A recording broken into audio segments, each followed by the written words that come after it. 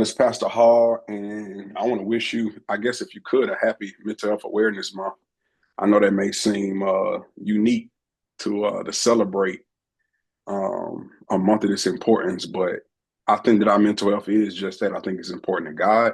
It's important to me as our pastor, and it's important to our sister here, licensed professional counselor, lead counselor at the Way, Alicia Walker. How you doing today, Alicia? I'm doing very well. I'm excited about this conversation that we are continuing to have because we've been having it already, but allowing people to have kind of a sneak peek into the conversations that we've been having around mental health and just the time that we're in. Yep, yep, me too.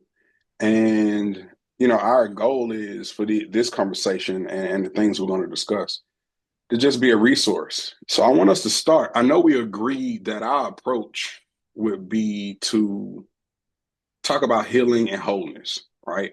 Right. And to highlight or shed light on God's desire for us to be healed and whole. When you Mhm. hear those two words, healing and wholeness, what comes to mind for you? What does that put on your heart?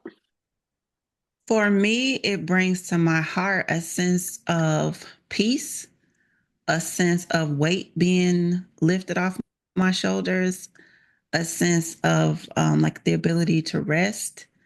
And for me, because of the work that I do, I know that rest is not just a physical rest. There is a physiological rest where our nervous system gets to rest.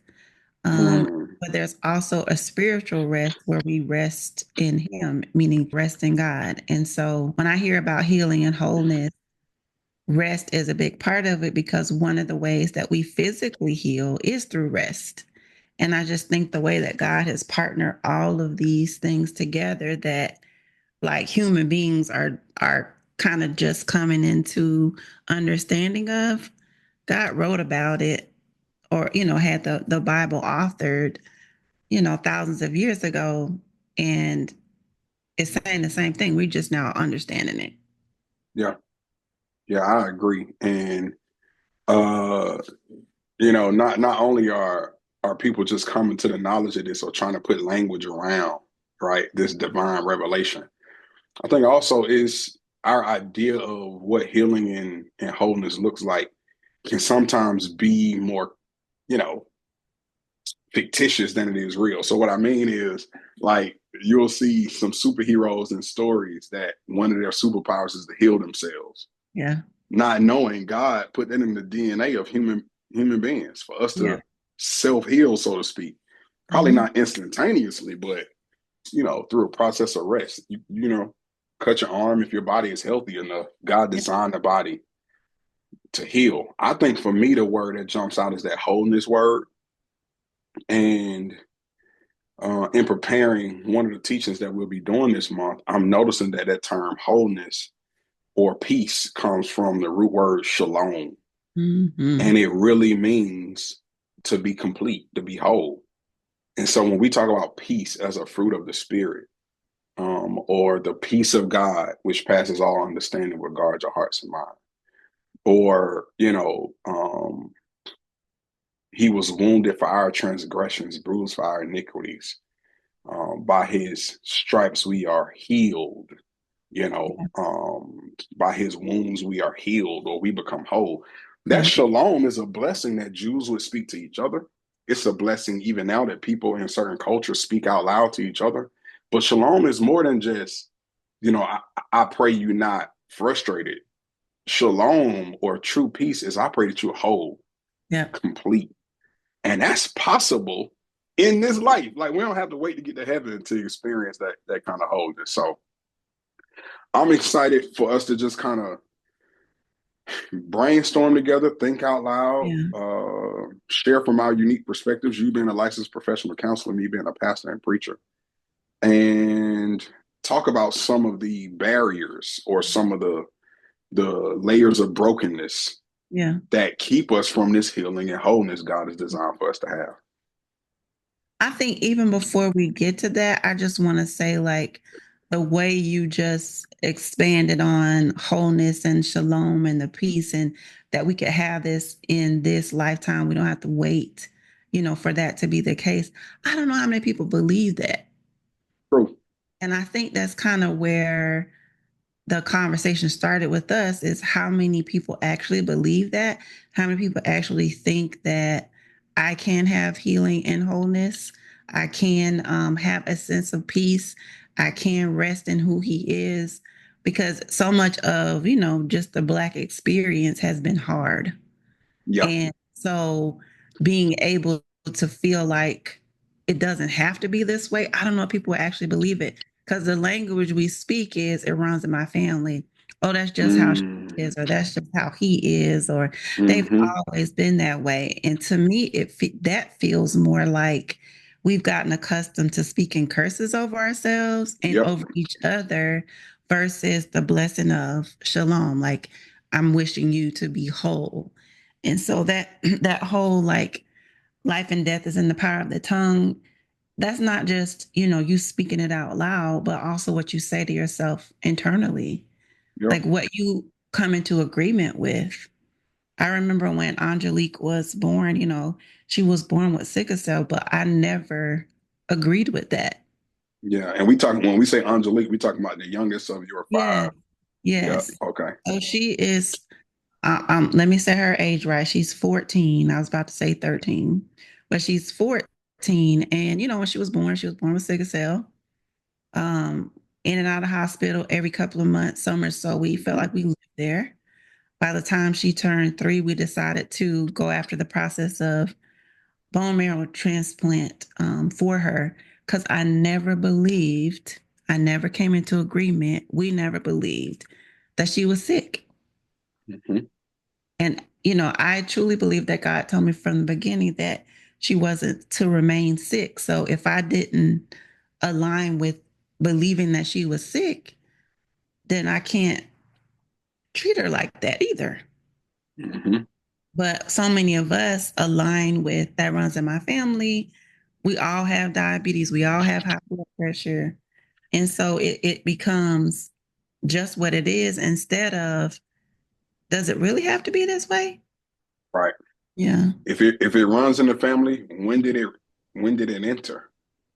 Right. Right. At what point did it become what runs in the family? And if it entered, I mean, there's a viability for it to exit. It doesn't have to Right. run in the family as the family continues on. So, um, yeah, I'm deeply inspired by the just the whole testimony around Angelique's story, your faith, your husband's tenacity, and the results we've seen even now manifest as a result of not agreeing with that label, regardless of what DNA or doctor said about DNA, what have you, and Right. then being able to actualize her healing and Mm-hmm. even promote her wholeness, Mm-hmm. right?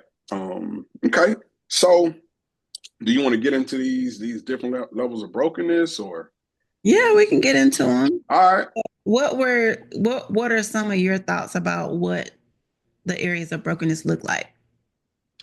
I think that the areas of brokenness, I think they're connected, but also distinct, right? So I think we're talking about spiritual brokenness Mm-hmm. um, as the foundational level of brokenness, if I could say it that way.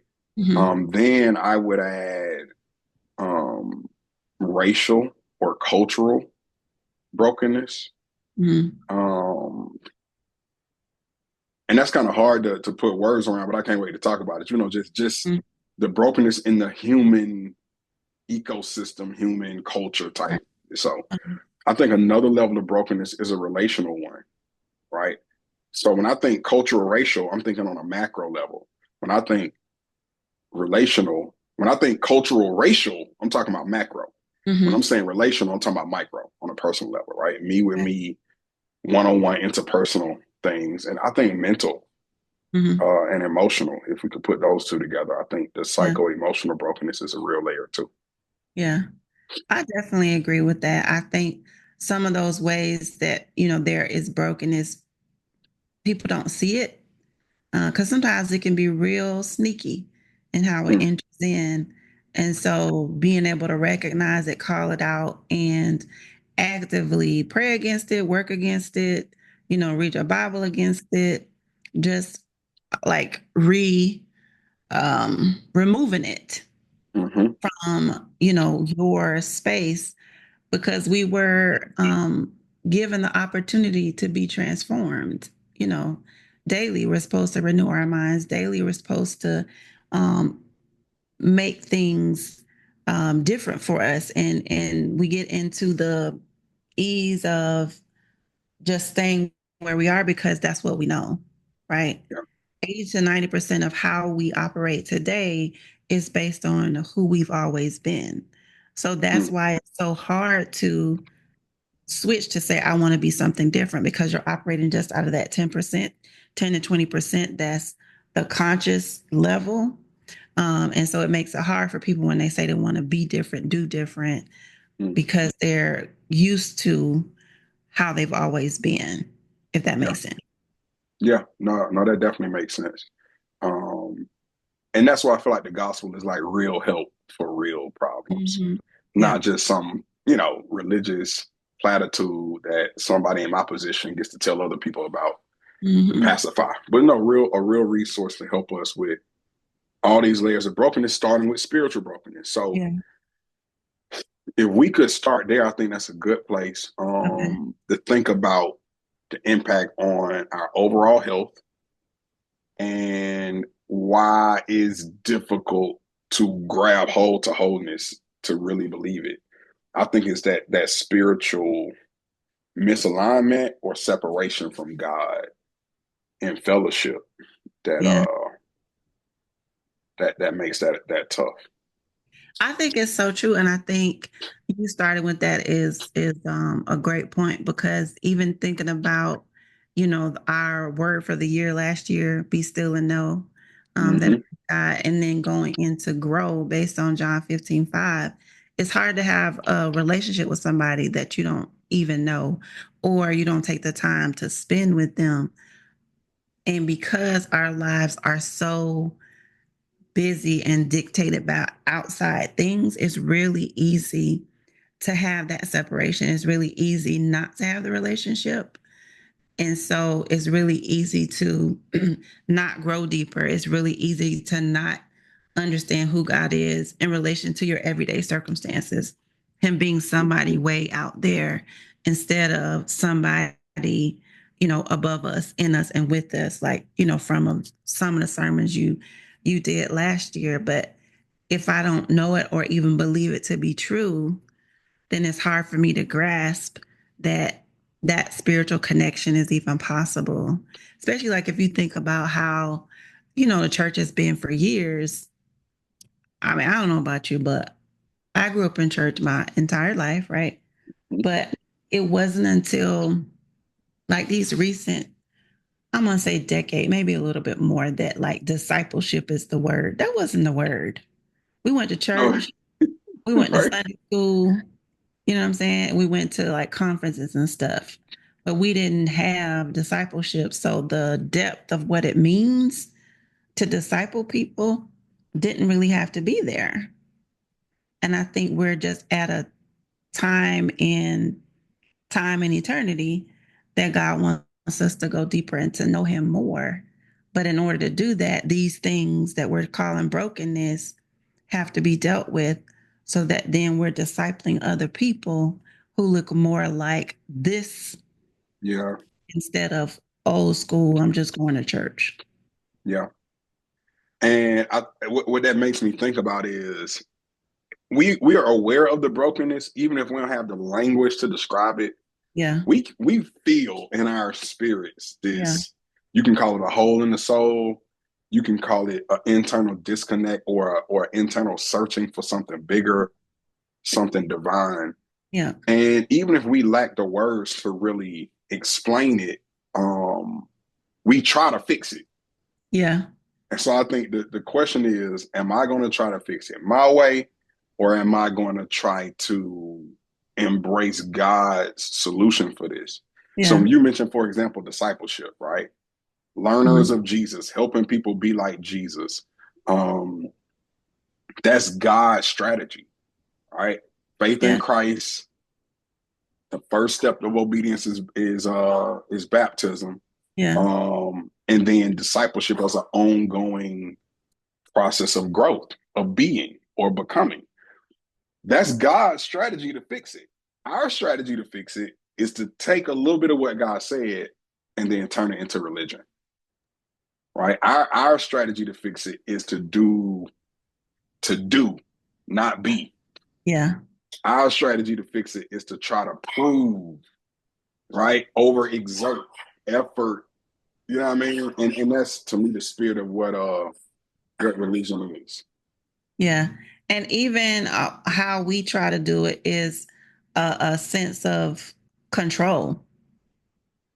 And a lot of people have issues with control and giving that over to um, God to have the control. Even when I was talking about being able to rest in Him and have peace in Him, you got to give up control. Yep. And you have to, like, I grew up in the AME church, so there was a whole lot of hymns. And Okay. as a kid, I had certain ones that I really, really liked. I didn't know why I liked them, but I just did. And I didn't understand what they were saying. But when you look back on them, I'm like, those are pretty deep. Like one of the songs was I Surrender All. And that Mm, song takes me every time I hear it. But you got to give up control in order to do that. mm-hmm. And a lot of us, I'm going to say a lot of us, have a hard time with giving up control and really surrendering all of it to God to lead, take over, and be Lord of. Yeah. And it's that temptation to control or to be God instead of allowing God to be God. That was the whole impetus behind sin entering the world, right? Yeah. The cause of spiritual brokenness, in a way, was the result of wanting to have what truly belonged to God. When I Wow. want control, what I'm saying is I want to be God. I don't want to let God be God. And in Genesis 3, um, recounts that story when God had told Adam, don't eat from the tree. We Yeah. assume Adam relayed the message to Eve. The serpent approaches Eve and says, you won't surely die, but God knows you will be like God. Yeah. And it says that she looked at it, saw the fruit Mm. was good to eat, and believed that this fruit would make her wise like God. Mm. So she took it and ate it and gave it to her husband. He ate. And I think it's that subtle distrust. If Satan can prey on that, right? God don't have this. You you need to take over. You know Yeah. what I mean? God ain't gonna bring about your best interest. You need to ensure your best interest. Mm. Whatever that is in us just makes us want to. We think by grabbing the wheel and controlling, by stepping in out of our spot into God's, that we can some kind of way affect the right outcome, but that perpetuates the brokenness. That Yeah. puts me further from God, further from myself, further from my Yeah. neighbor. Um, and religion is an effort of control. Religion has this air of I can do something to make God notice me. I can appease, right, Yeah. God through my good, deeds, what I do, what I don't do, that kind of thing. So when you were talking about control, and even the trust piece, so the control reminds me of, especially when I'm doing counseling with moms. Mm, Um, these days, parenting has turned into control, mm, not really parenting. It is I'm micromanaging or the controlling the shuffleboard of this kid's life, and it's as if the parent is on the cross. And I tell parents all the time, get off the cross. mm, Like, you're not the savior, you're not Jesus. mm, Get off the cross and let your kid be able to experience life, because you can't keep what God has for them anyway, right? So, not that they're mm, trying to keep the kid from experiencing all God has for them, but they're trying to shelter them so much that if God had something else, they wouldn't be able to know or even have the ability to think through it. because so much control happens with the checkerboard of do this, do that, think this Yep. way, that way, and kids don't have the ability to make decisions. Now, the whole trust piece is deep too, because I think that is so insidious that the enemy uses. Because if we don't trust, that means we don't surrender. That means we don't give up. That means we're not obedient. Yep. And that's his way to keep us quiet at a time when maybe God doesn't want us to be quiet, or a time when he has something for us to say, um, or do, and we don't trust that, and it can even become so insidious that it becomes bigger than God, Yeah. that we make it that thing, God is not enough God to handle that.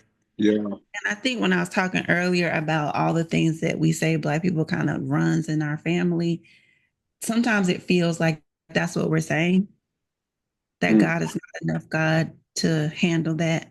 Yeah. I think it is what we're saying. And I think that if even if we've said we are believers, but we've seen examples of people who react like they're in control and God isn't, Yeah. we're likely to reproduce what we see instead Yes. of what label we were given. It's Yes. interesting that you brought up parenting as an example. I was just talking to one of my best friends today, and he was you know relaying a conversation he had with his wife and about their oldest child, and just trying to encourage his wife to not you know control but instead of serve the Mm. child, and that what could come from a place of love could show up as manipulation. Wow. And you can imagine she was hot about him using the term manipulation because of its negative connotation. And he was just trying to explain to her all manipulation ain't bad. If you believe that what you do is necessary to affect the outcome for the child, that's a form of manipulation, even if Right. you think your action will make the best result for them. Right. What do you think about that? I mean, he probably could have chose a better word, but I just thought it was interesting that you brought up parenting as one of the practical ways we live out our spiritual brokenness with God by trying to control somebody else's life, even our child. Yeah, we're just living in a time where parenting has become very manipulative, if I want to agree with the way he put it, because it has become, like I said, very like chess piece. Mm-hmm. Everything is calculated. Everything is, we got to do it this way, this way, this way. You got to think this way, this way, this way. And the child doesn't have opportunity to speak or say what they think. And I know this to be true because I work with teenagers, but I also know it to be true because I speak to our greenhouse leader, our youth department leader, and she talks about how the teenagers say that their parents don't listen to them. Mm. Now, I'm sure I said that about my mom and dad, but it's a different level of you not listening to me. It's Mm-hmm. not just you don't hear what I'm saying because you're too old, you don't get it. It is you're not listening to me. I'm trying to tell you what is or what isn't, how I feel, what I'm thinking. But because there's so much like maneuvering by the parent, they're not listening. Yeah. And Yeah. what has happened is we've acculturated or adapted that as a form of this is just how it is. So when people tell me Yeah. about I have I have four girls.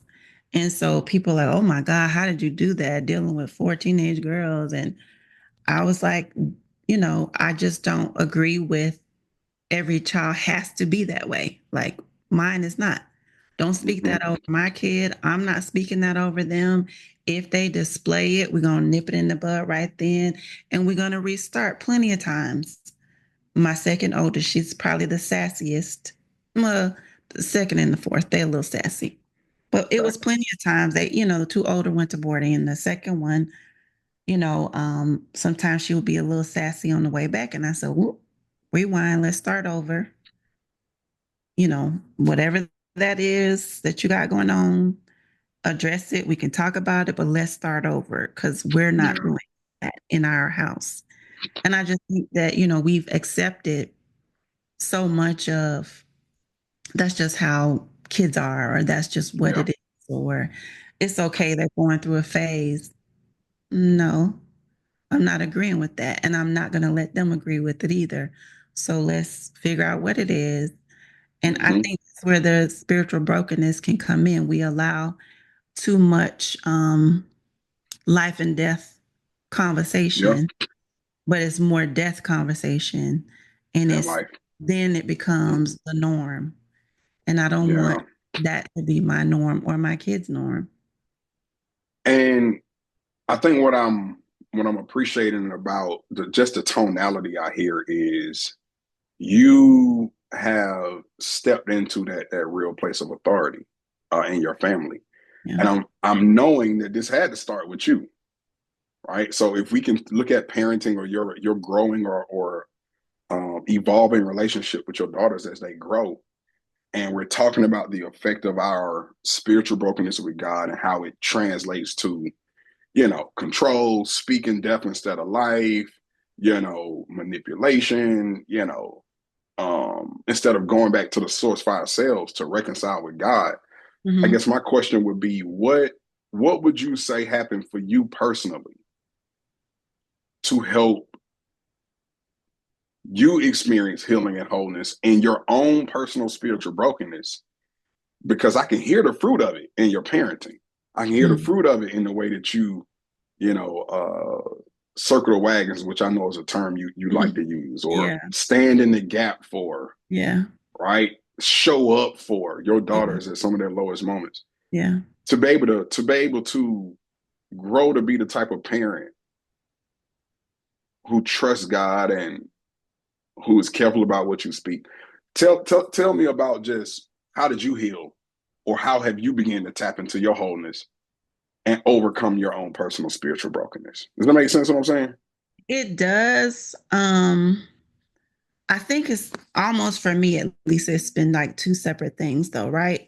I Hmm. was saying to my husband just the other night, I think that we're in an era of God is bringing up, highlighting, allowing generational things that have been passed on and passed down to be brought to the surface, rooted, uprooted, and kind of removed, right? Those of us who are paying attention see it, feel it, recognize it. Um, and I think it's a lot of it going on because there's a lot of conversations around parents doing, not doing, moms not Hmm. this or that. But I also think there is a generational passing down of good things, Yeah. of resilience, of prayer, of blessings, of Yeah. understanding who God is, of parenting, of just what it looks like to have a stable environment where you allow God to rest, rule, and abide, as the old people say. Now, I grew up in a family where I've had good parenting examples my entire life. Like, Okay. my mom was a great mom, my dad was a great dad. They were not perfect, but my sister and I say all the time we were grateful for the parents Mm. we have. So the parent that I am, that's a generational thing. Okay. And that positive, that Yeah. wholeness was passed down. So in that regard, it was. Now the Yeah. spiritual, like me figuring out for me how to be whole as a daughter of God, but as a woman, and then also Hmm. accepting my gifts has been a Hmm. journey. Mm. Me being in prayer, of reading books, of listening to sermons, listening to music, and just really desiring to be deeper in God. Um, and then allowing myself to go deeper with God, but being intentional about it. So back in 2020, I wrote this book, Soul Care Guide, Prayer Journal and Planner for Women. And really, if I look back at it, it was me living Mm, out what I needed for me, of how to be intentional about growth in all the areas of my life. mm. And so, since writing that book, every year I create a plan for myself, me and God. I look at what I need to focus on for the year based on like who God says I am. And then every quarter, I look at, is this going in the way that we say it should go? So that part was definitely a journey between me and God. But then I have an aunt on my dad's side, my dad's sister, that we have gotten close to.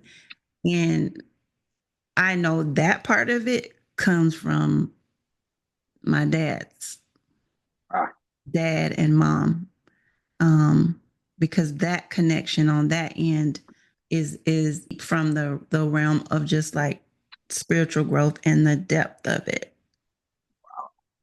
So that has been an intentional thing, and I journal a lot, okay. um, conversations between me and God, so that I can go back and look at it.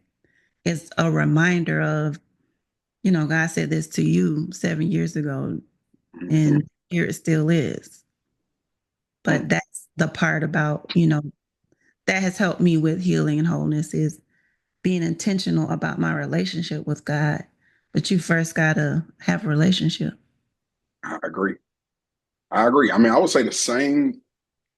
I mean, almost the same exact thing for me. Just probably exchanging out the mother and father for the grandmother, Mm-hmm. as that spiritual example in my life. But yeah, I think it's amazing.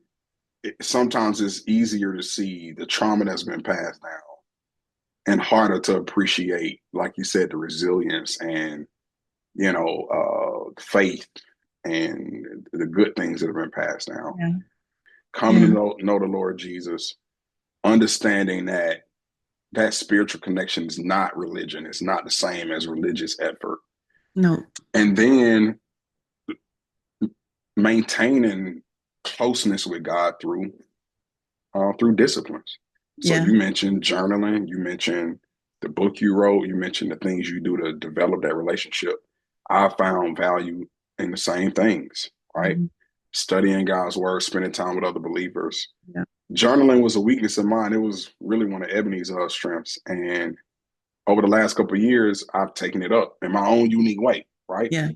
Um, Intermittent fasting, Mm-hmm. like just some daily practice that reminds me of my Yeah. complete dependence on God, Yeah.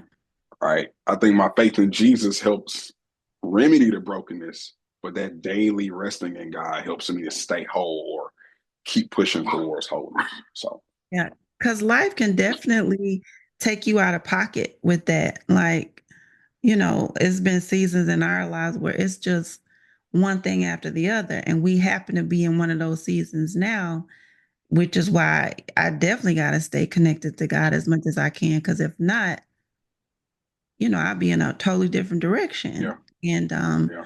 I think a lot of people can relate to that. And I also know that if we're not diligent about it, that's where that sneaky part comes in. That's Mm-hmm, where the enemy comes in. Oh, you don't have to trust that. That's not what it mm-hmm, is.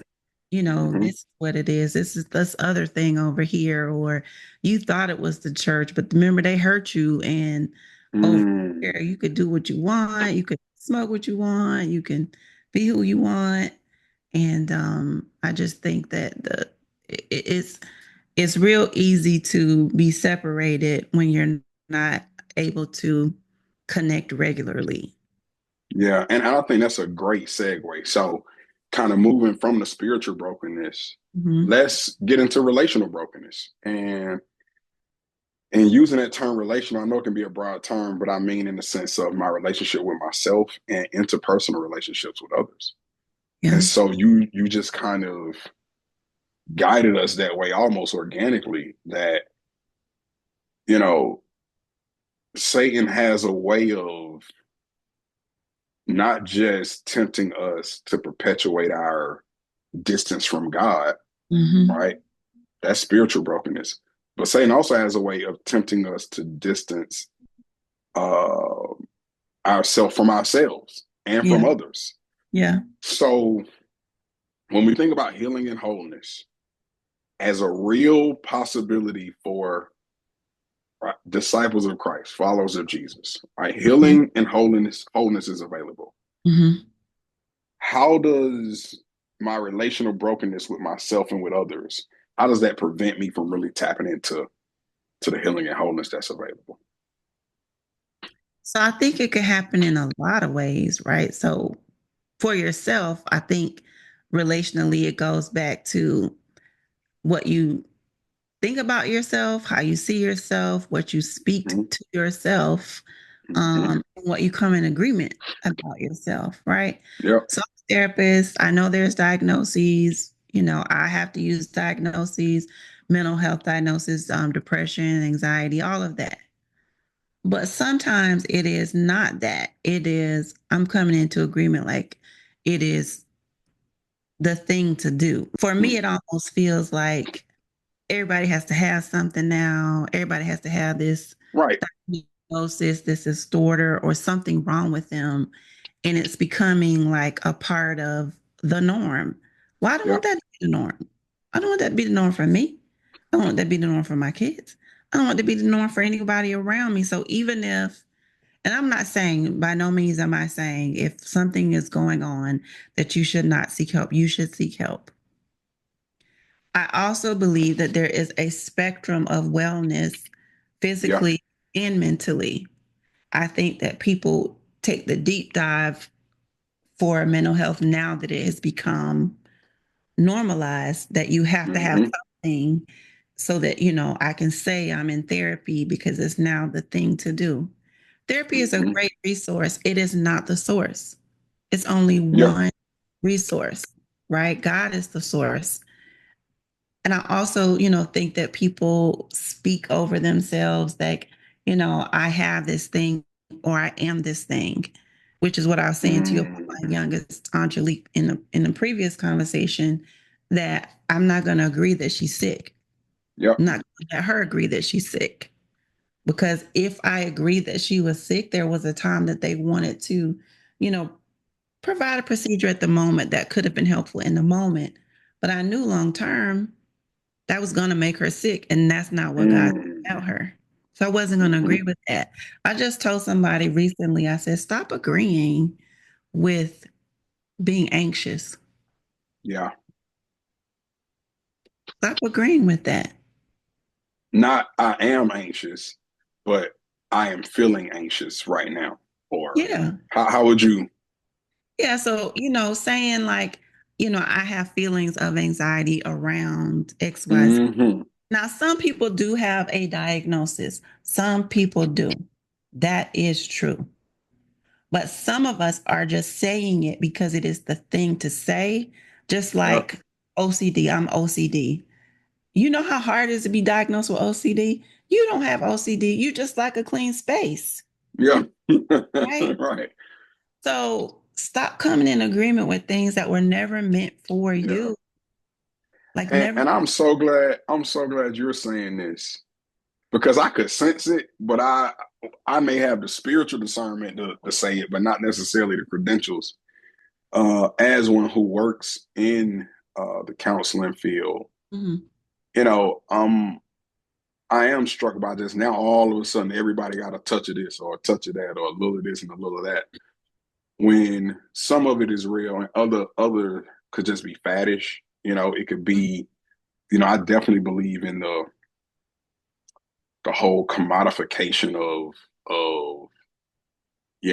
care, Mhm. right? In the sense of pharmaceutical Yes. industry, it's just a commodification of sickness or Yes. perceived sickness, and it's Yes. a way to monetize, keep people from being whole and healed. So I think there's a connection between this rise in you got this and you got that, therefore you need this and you need that, and I Yeah. can't help but see that greed has a hand in that. Mhm. I think relational brokenness, right, with yourself. I agree. It is what you think about yourself, it's what you say to yourself. And I can recall during the pandemic having to really be honest with the Holy Spirit about what I thought about me outside of the context of all the things I had been doing. Mm. So I had just finished school, which, you know, I thought would have been a great success, but really on the heels of that, I probably had one of my worst emotional and mental seasons. And the pandemic didn't cause it. For me, the pandemic covered it because everybody was home dealing with their own stuff. Nobody was really able to see me, during what was a tough season. Right. And I had to rediscover in God who I am and who I know I am and know that to be true because God said it. Therefore, I agree with God's word for me Right. and not whatever, external circumstance, title, opportunity could define me. And sometimes you feel, well, I can't say you, I just said for myself. Sometimes I felt, I don't know the word, a little like out of my mind Mm. saying stuff in affirmations that I know my emotions had to catch up with.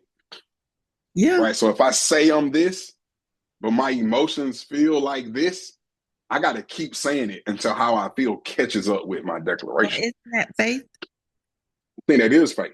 And faith without works is dead. I think the ability to speak by faith is is necessary in the life of the believer, right? Mm-hmm. You keep saying it. Life and death is in the power of our tongue. I agree with that. God calls those things that are not as though they were. We can practice that same ethic. So Wait, pause right there.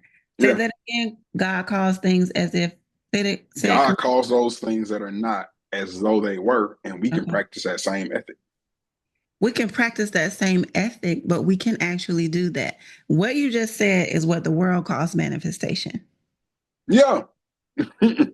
The reality of it is the way that God designed our brains is that we can see ourselves somewhere before we're actually there, right?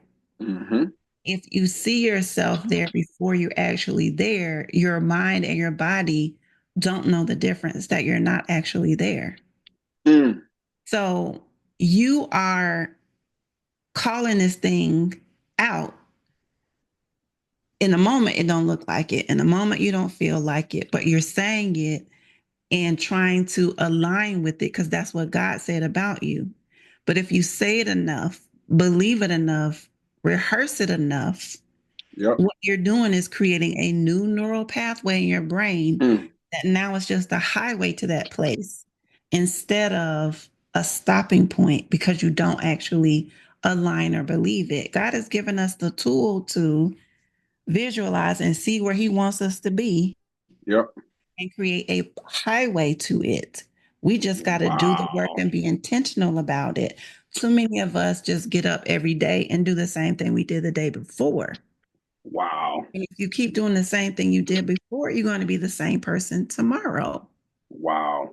But if God said you were meant for more, if God said that you were supposed to be whatever it is He says to you in your quiet time and when you're praying or what other Yep. people said to you, then you've got to work your way up to the belief in that, even if Yep. it's one step at a time. So, a quick story last year, I was able to, speak at the Classic City Conference. Mm. And although I speak and although I teach about certain things, I was very nervous because Mm. these are all pastors and I'm not a pastor and they got all kind of biblical knowledge. I know what I know, but I ain't been to seminary, right? So Mm-hmm. I'm in my head, I'm wigging out.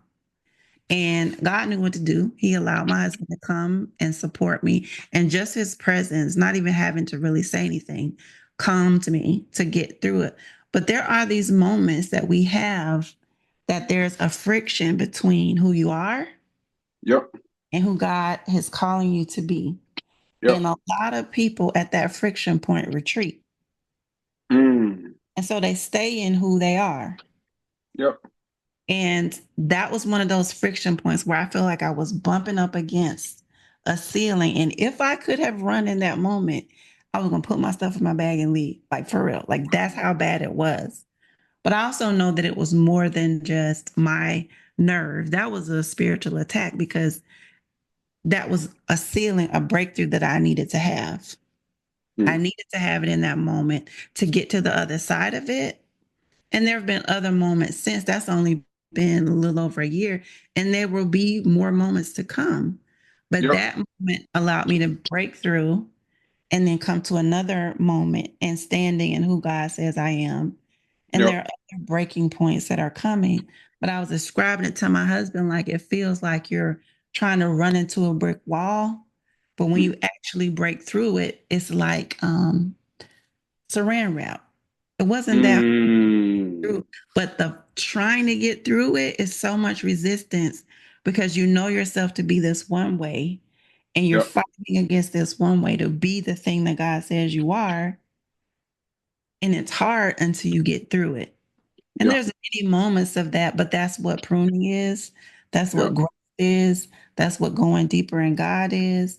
But Yep. that's our, relational issues with ourselves and trying to remove that brokenness so that we can be healed and whole and then provide or be a disciple out of that place, if Yep. that makes. Yeah. Yeah. I mean, that makes perfect sense to me. And we started with, or at least you did with, we doubt if a lot of people believe that this wholeness is possible. So Mm-hmm. what's the motivation when it feels like I'm butting up against this impassable or impossible force, this brick wall that if I really had the courage, I would find out it's not as formidable. But because I don't really believe what God is telling me about me, it's easier to not even try. Yep. But you're right. I feel like learning in the pivotal moment how to break through, how to overcome that builds that muscle of faith. But then I think it does something else. As we become that disciple, it makes us able to be a disciple maker, Yep. right? That's I think that's why Jesus said the whole law and commandment is these two things: love Yep. God with all your heart, your soul, your mind. That's how that fixes the spiritual brokenness, or Mm-hmm. maintain spiritual health and wholeness, Mm-hmm. and then love your neighbor as you love yourself. Mm-hmm. That's this whole relational Yeah. remedy. But, we have discipleship classes at our church. And I remember in disciple shift, which is the 2 day Mm-hmm. Mm-hmm. He said that same thing. And I always think to myself, but what if you don't love yourself? Right. So if you don't believe what God said to you about you, if you don't, if at that moment of friction you're retreating, you won't be in a position to help somebody else break through it. Mm-hmm. You won't have the spiritual authority to speak life over somebody else if you don't speak it over yourself. Yeah. If you don't believe what God has said about you, you won't see people in their potential in God. Mm-hmm. And I feel like what you do believe about you in the negative will come out of how you treat people in the negative. Yes. You know what I mean? So if I'm struggling to love myself, it's gonna be hard to love you. If I'm struggling to see who God has called me to be, it's gonna be hard for me to see who God has called you Yes. to be. If I don't have the courage to step into my calling, I ain't gonna have the ability to support you in yours. And Yes. then conversely, right? If I'm still suffering from brokenness, I'm gonna perpetuate that. Yes.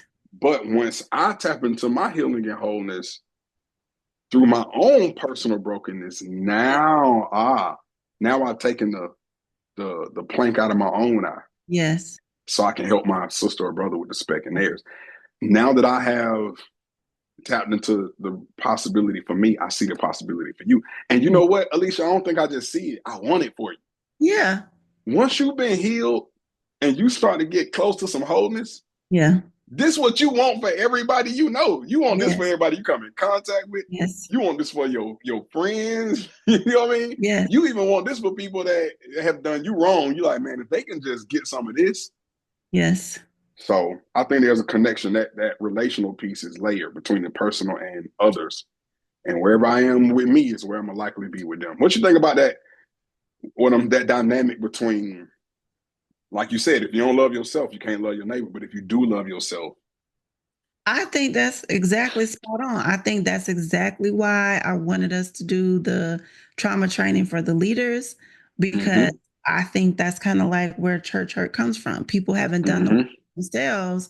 And so when it comes time to either be a disciple maker or be a leader and support other people, you're just pouring your hurt on top of them, right? yep, And if you don't deal with what you got going on, it's going to perpetuate to the next and then the next, because you're making disciples, but they don't see God. They see God mm-hmm, through you. And so if what I'm presenting, I'm going to mirror what I see. The way that God designed us, we have something called mirror neurons, right? And so we are able to mimic what we see, the energy, the facial expressions, all of that. Um, Even if we're not trying to, right? It's a mirrored effect. So like during the pandemic, one of the ways that I tried to kind of keep our family sane is if things were getting heightened because of whatever was going on outside, I did what you said my term is, I circled the wagons and mm-hmm, we brought the energy down, but I brought the energy down first so that mm-hmm. they could mirror me. So you ever been, I'm sure you haven't, you ever been in an argument with your wife and it gets Hmm. unheated and you're like, this can't keep going. I'm gonna have Right. to tone it down. And when you Mm-hmm, tone it down, she tones it down. That's mm-hmm, what neurons are, right? And so I think the same effect happens in church with disciples and with growing people is if I'm giving you, closed off, don't want to connect, um, I'm only, greeting people because this is my job, but I really don't want to be here. Or, it's time to be in a class, but I don't feel connected in the class because the teacher's not connected. Like that's where all of that comes into effect. And some of that goes back to what we were talking about before, like the generational or the racial traumas that we've gone through, like mm. having to have your guard up, Yep, having to have your head on swivel, yep, having to pay attention to all the doors, having to mm-hmm, ensure that, when we meet, it's in a safe space, or, having a conversation with your sons about how to carry themselves. We bring all of that to the table. I think people think just because we're in church, that stuff gets left at the door. It's in us, it's with us. We just have to be aware of it and intentional about it so that if I know this thing in me, is going to bleed off on somebody else, I got to do something about it. And I got to be aware enough in me that if there's a particular person that rubs me the wrong way, why is it? yeah. Oftentimes it's because they're mirroring something in you that you Mm, change or want to do differently. mm. That is so deep. I mean, I'm amazed, mind, body, and soul, Yeah. how God just intelligently designed us for it all to be in sync, and how the health, wellness, or wholeness of all of either one affects the health and wellness of the other two, Yeah. and how it just goes together. So these mirror neurons, right? I can see it in the interpersonal scenario, like you, for example, you gave the example of me and my wife. But can we expand this to cultural and racial? Like, Mm-hmm. can we now move from the spiritual barrier, from the relational barrier? Now let's look at this cultural barrier, Mm-hmm. meaning the way we relate in society. And man, it's so many layers to this, right? Um, there's the racial component for both of us. There's the gender component Yeah. for women being, if not minority, definitely marginalized. So let's talk about just cultural brokenness Mm-hmm. and how, whether we're reflecting what we see or perpetuating what was handed down, or whether we doubt if the wholeness we're experiencing in our personal life is possible in our communal life. Mm-hmm. Like, how does communal brokenness keep us from healing and wholeness? Well, that's a deep question. I think, honestly, I think this is a conversation that people don't have or think about, right? Okay. I think people think about, you know, if they want to be well or if they have an illness from the level of like physicality, and maybe if there's a mental health concern, but not how a community can be made whole. And I think Mm, the work that we're doing at the way is um, at the forefront of something that's not being done, mm, especially in the Black church. I think, the conversations we've had about, how in the Black community it's accepted for so many different things that we weren't supposed to take on as culture, but it has become cultural. And mm, an example I'll give is, we talked about parenting earlier, but sometimes in our community, we have it where in order to get your kid to align or line up, people cuss at their kids, right? And mm. that was a form or has been a form of, um, punishment or whatever. But all that has done is perpetuated what was done to us. And Mm. now it's become acculturated or adapted. All I'm saying is we are at a time in the span of time where I think God is asking us to separate from those things that don't look like Him Yeah, yeah, and not continue to agree with those things that don't look like Him. If we don't call ourselves disciples, then we can't make disciples that don't look like Him. yeah, yeah. And to that point, I think that it's a reminder that being a Christ follower is countercultural. Yeah, And it doesn't just mean countercultural in the sense of, you know, good and bad, but it's counterculture in the sense of, pride and humility, yeah, hate and love, yeah. darkness and light. So many different contrasts, or so many different ways we can re-express the same motif. The Mm-hmm. point is that we as disciples and disciple makers are to take into culture that change instead of allowing culture to dictate what we will accept or not accept by way Right. of brokenness and healing. You know what I mean? Like what I mean is if I hear about all these wonderful things God can do and has done through Jesus, and I start to see it in my own personal life, but it's not reflected in the culture around me. Now I'm at another crisis. So before you mentioned that critical point or that that point of frustration where do I believe I am who God said I am? Mm-hmm. Now there's another layer to that. Once I move past the personal and interpersonal and get to the communal and the cultural, now I have to ask myself, do I believe that the values in God's kingdom and the culture it represents is more possible or viable than the culture and cultural issues I see being perpetuated, whether that's racial, gender, socioeconomic, we talk about any form of oppression, Mm-hmm. marginalization, the mass mistreatment of any group of people for whatever reason. Mm-hmm. Um, that communal brokenness, particularly in our case, racial, right? Mm-hmm. Um, is a reality, but it doesn't have to mean we succumb to it in the sense that we don't hold out hope that healing and wholeness is possible. Now, how the healing and wholeness comes about is more than just up to me. But if I believe that it's possible, if only just in the Christian community, Yeah. is my responsibility. And I think that's what Christianity is. I was saying Mm-hmm. to a friend earlier, I don't think Christianity is a religion. Mm-mm. I think Christianity is a community of people who are following Jesus and becoming like Jesus. And if we're in community, that implies a cultural and communal wholeness Right. that is made possible by the Spirit, Hmm. right?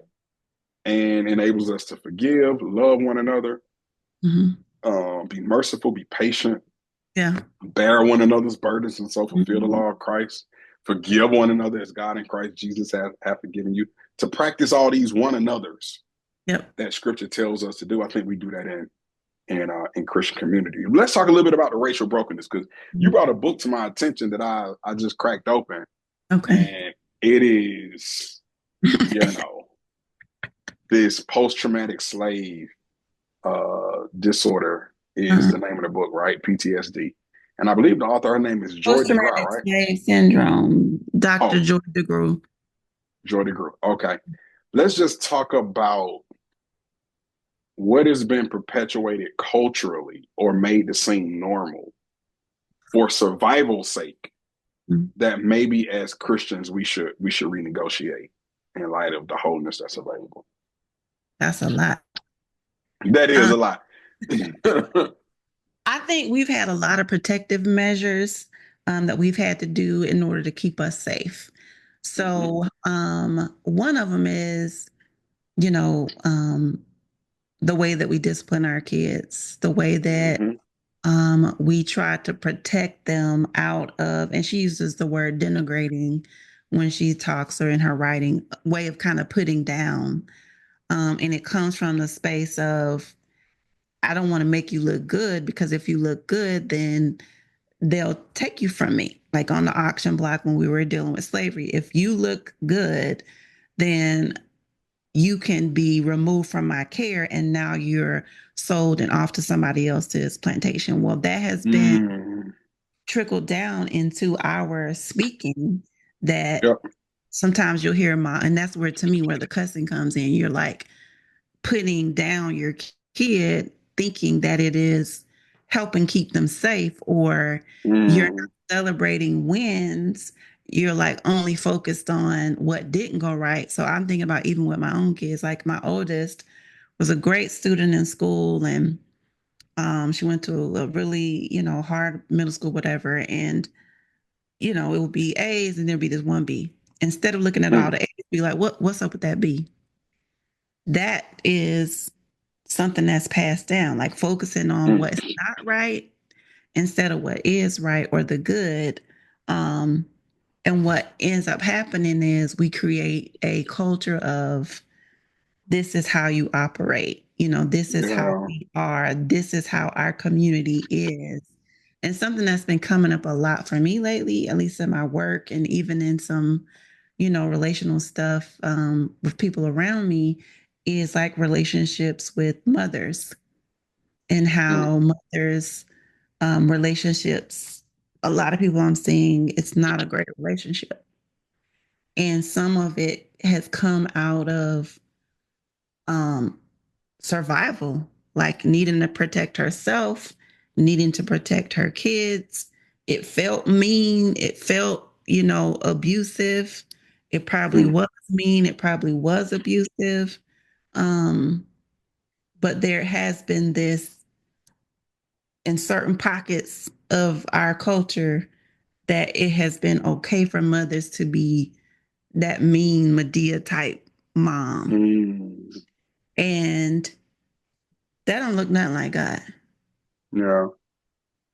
And so the juxtaposition or the opposite of the nurturing motherly mom then becomes like almost an oddity.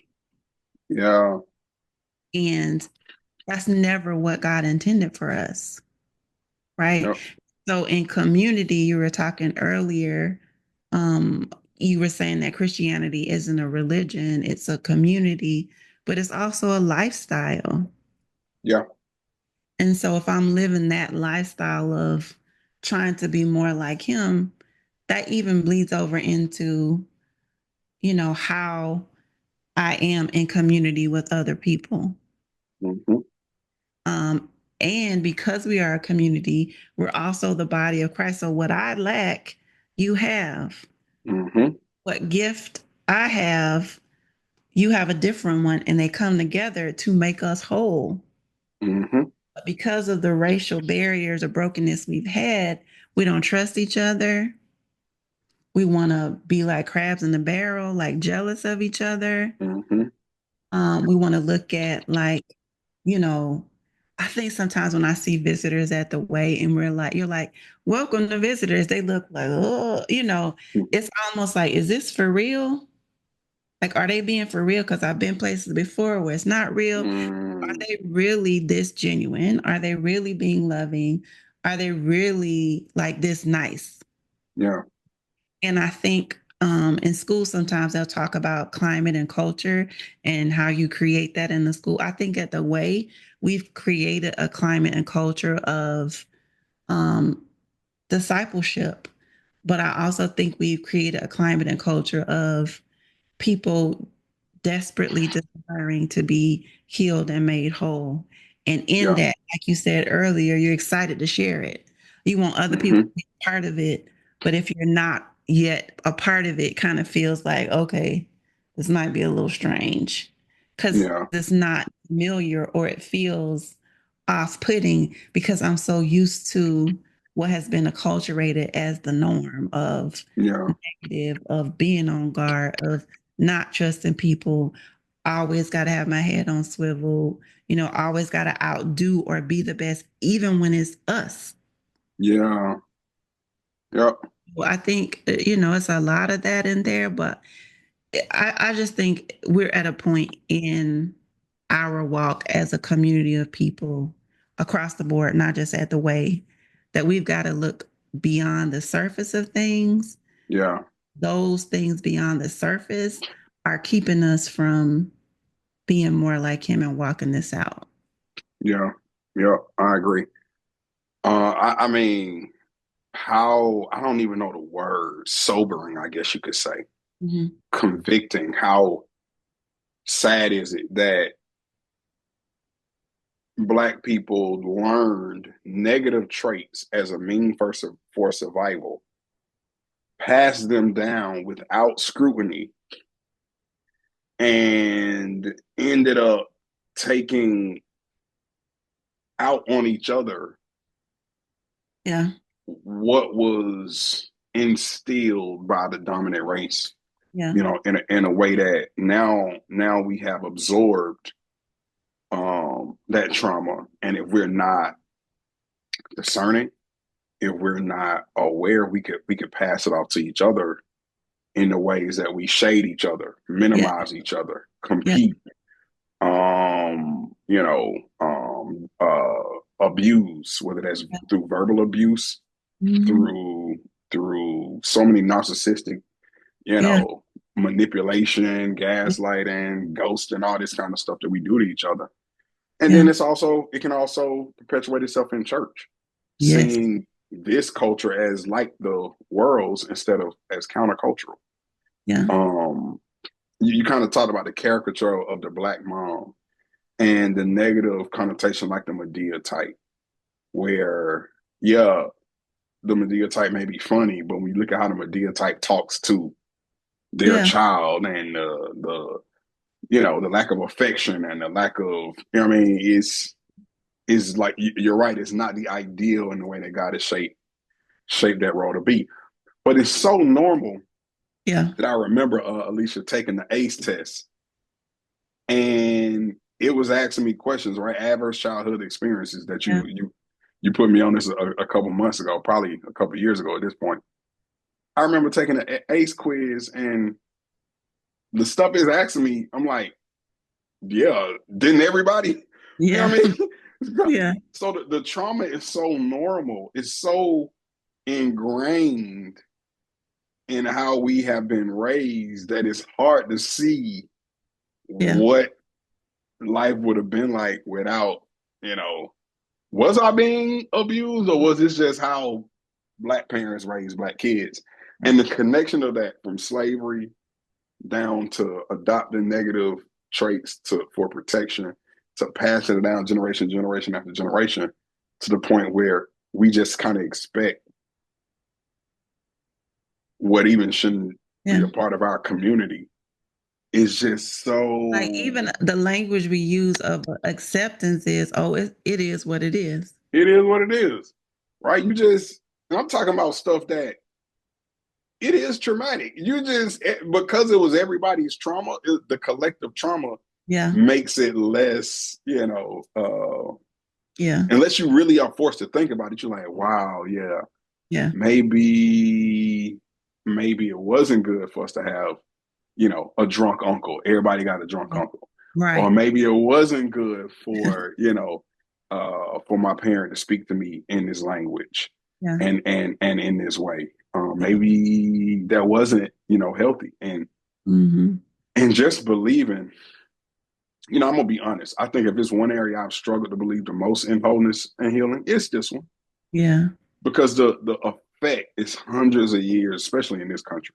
The Yeah. racial effect, and I'm not in any way trying to cast blame on the dominant race or white people, but Mm-hmm. I think it's an honest retelling of history Yeah. that Joy DeGruy is right. Like, but I do hold this hope, even if I doubt that wholeness is possible sometime for us racially or culturally. I believe the community of Christ followers Mm-hmm. within that community is where there is some real hope.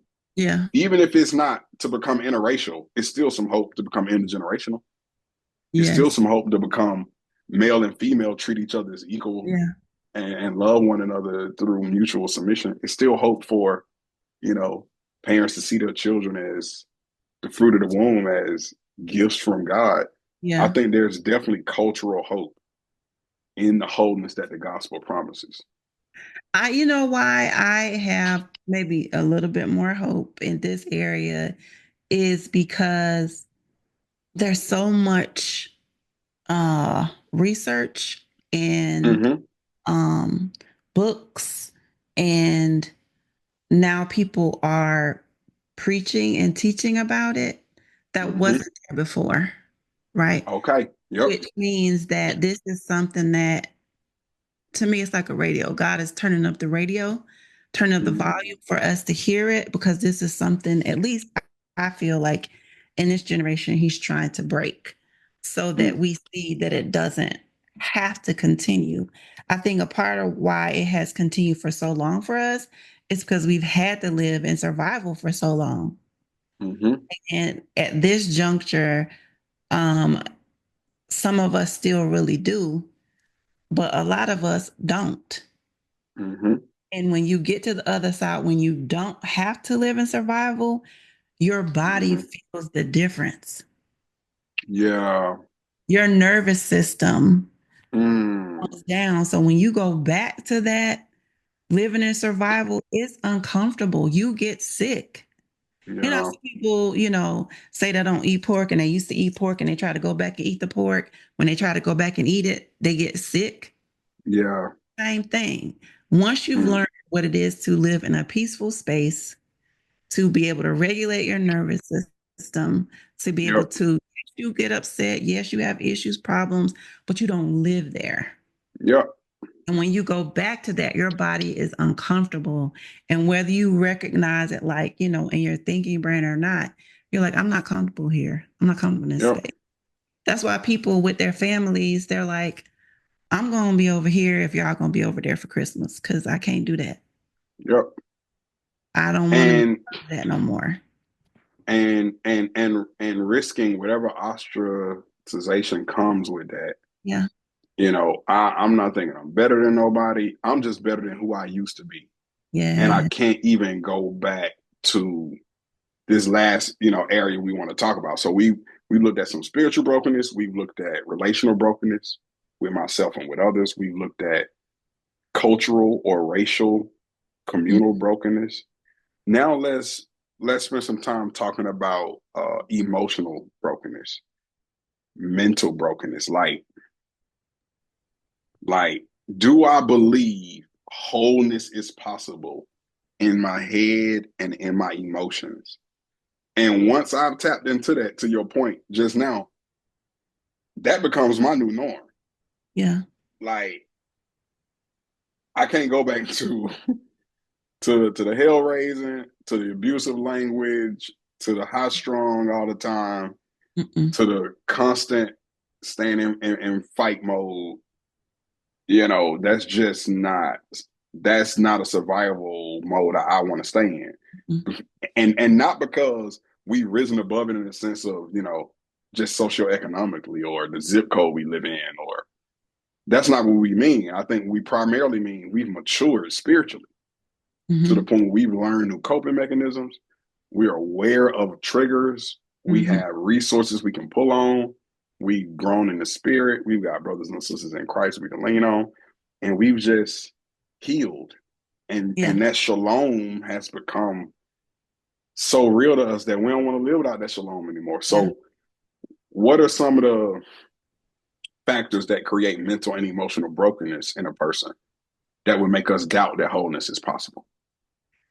I mean, I believe a lot of the things we've already discussed can create the Mm-hmm. mental and emotional brokenness. You brought up the ACE, Adverse Childhood Experiences, is a 10 question survey that asks you about different areas of things that could be considered trauma before the age of 18. And one of the questions on there that I don't think people think about is divorce or if parents were separated, because maybe at the time the parents needed it or there was Mm-hmm. something going on that they just couldn't stay together. But the impact on the child can be devastating, Mm-hmm. right? And Yep. so that could be an area that it could be something, as like going to school and being bullied, when you're going to class, or, a family history of, you know, um, people being depressed, or even having mental health issues not being diagnosed because we didn't do that back in the day. But the feeling and the spirit of it being passed down, but that's just how it is. Like, and so now you are walking through life in a way that is low. Yeah. And there's a diagnosis for that, there's a term for that. But living in a space where you always feel heavy because Mm-hmm. that's what you saw and that's how Yep. people operated, and that's how you have um taken it on. But what people don't recognize or realize is the gut is plays a big factor in mental and emotional health, meaning what we put in Mm. our bodies. The gut Mm. in the neuroscience world is considered the second brain. So food Mm. that you eat, the way that they interact with your gut system can create or support inflammation. And Mm-hmm. inflammation is a huge part of certain mental health concerns, right? But also, like the bacteria associated with these foods can cause you to feel low down, sluggish, right? Yeah. Like vitamin D is comes from the sun. Mm-hmm. When you look at natural um, vitamins to help you um, come out of, let's say, a low space, it's vitamin D that's in it. Mm. Vitamin D and saffron is something you ingest, and it's also something that's natural, Mm-hmm. right? And so I just think that there are many factors that lead to the emotional and mental brokenness, from our surroundings, from our family, from, what we did or didn't get in all types of aspects. But also sometimes it's just boiled down to what we ate.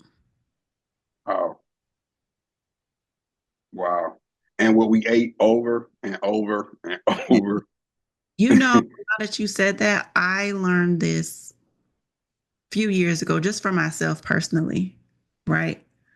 So I started this, I won't call it diet. Um, and a part of it, you had to like, it was a supplement kind of thing. And so you really had to not have anything that turned into sugar. And, Mm. you know, I don't know. I've been eating stuff with sugar all my life. Like I say this all the time. The way I ate as a kid was so much healthier than I have as an adult because we lived in Florida. Fruit Mm, trees, like, I ate fresh fruit every day. I ate a wow. salad every day. That was my snack when I Wow. came home from school. I drank water out of water hose because we are outside all the time. And I got sunlight because we were in Florida.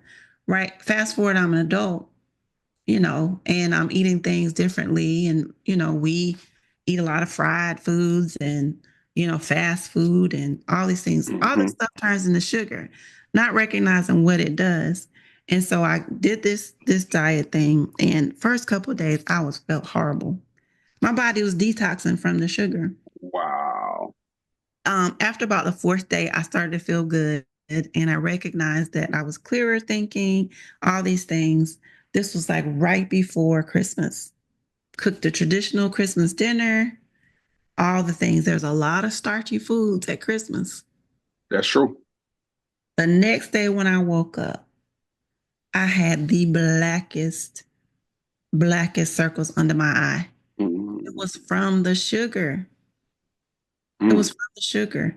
Our diets have helped perpetuate and support illness in us, but yep. not just physical illness, mental illness, right? Hmm. Because our guts and our brains are connected. That is, I mean, that is so powerful. It's like we know this, but I think sometimes we let the world co-opt what really Yeah. belongs to God, Yeah. right? Like we let, nutritionists and, um, uh, people who ferment foods and Hmm. chefs who don't believe in the Lord, may not have any kind of spiritual, Yeah. background or insight, take the natural apparent things God created and create brands, Yeah. platforms. Yeah. But the truth is, God created the body, mind, and soul to be interrelated.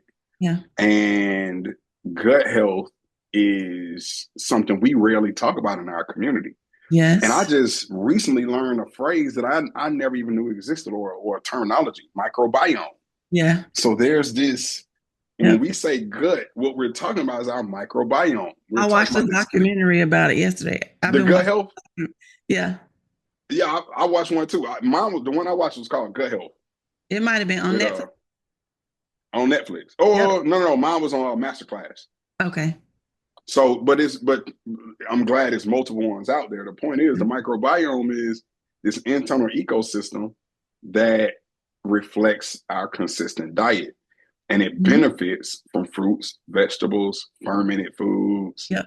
uh, prebiotics, probiotics, Yep. and a whole bunch of water. You know what I Yeah. mean? So, um, it makes sense though, because when we read the diet in scripture, and yeah, the Lord allowed meat after the flood of Noah, Hmm. um, and even different types of meat became ceremonially clean in the New Right. Testament. But still, the discipline of being able to say, you know, God created my what I put in my body to affect what I think in my brain and how Hmm. I feel in my emotions. Yep. Then looking at what's so readily available to us when you drive down any main street, Depends on where. and depend on where you live, right? The zip code you live in, these food deserts, you can't get a fresh piece of fruit within Yep. what, 1 to 5 miles or something. So um yeah, I think to experience wholeness and healing in my mind and emotions can start with what I'm doing with my body. Yes. What am I putting in my body? Hmm. Am I moving around enough? Hmm. Am I being still enough? Yeah. Moving around enough, for exercise, but being still enough that I'm not a busybody. Yeah. Am I Not getting enough sleep? busybody. Yeah. Are you getting enough sleep, but also not moving around enough where you're allowing your body to actually rest? Because you can't Yes, heal if you don't rest. that's Your true. body regenerates in your sleep. Yep. Right. So even people go to sleep, but they don't rest because their brains are moving from all Hmm. the other things that are going on. But in order to actually feel restored, which is what God wants us to do, we have to really rest, not just physically, Hmm. but mentally mentally, emotionally, spiritually, and even in the relationships we have. There's a Yeah. book called Sacred Rest by Dr. Sandra Dalton Smith, and she talks about 7 types of rest. But the ability to like have your body go to a space of rest, whether that's from connecting with people that do bring you joy and they give you a sense of connection and energy, and you can rest in that friendship, or from, I call it white space. Some people, Mm. like Black people, love to decorate, but sometimes just having a blank wall for your eyes to rest, Mm. because you cannot always be stimulated. And for us, sometimes being stimulated is a mask for not dealing with what's going on. It's a Mm. distraction. So rest is more than just rest. Yeah. It goes into so many different places, but um, being able to have emotional healing and wholeness is a part of what we put into our bodies food wise, Yeah. but it's a part of what we put into our bodies, what we read, who we talk Yeah. to, what we Yep. listen to, Yep. we What we watch, watch. Yep. um, what we allow other people to say, and how we allow other people to treat us, what Mm-hmm. communities we put ourselves in. You Mm-hmm. The same mirror neuron thing. It's and it can even go even further to group think, where if I put myself in a community of people that climate and culture are negative, nasty, abusive, I'm going to become negative, nasty, abusive. Mm-hmm. If I'm in a culture, climate and culture of people who are loving, who are pursuing God, who want more, then I'm going to do the same, Yep. because I would be the odd one out if I didn't. And naturally, we want to connect. Naturally, we want to be We with do. people. We were So shaped that way. yeah, if we put ourselves in spaces where people are doing the thing that we're aspiring to do, that's why people join masterminds. That's why Yep. people get into group communities. It's the same thing. It's just God did it first, and we've just put it other places. We just got to Mm-hmm. coop it for, Yep. what it was originally intended for. Yeah. I agree. Well, this has been a great conversation. I think we touched on some um, needful areas of brokenness that make Mhm. us doubt that healing and wholeness is available. And I'm glad to be able to sit in this space with you. Thank you for the work that you're doing, not just at the way, but beyond. And just praying God continues to use you to help mediate his healing and wholeness for people that you serve in every way, on every level.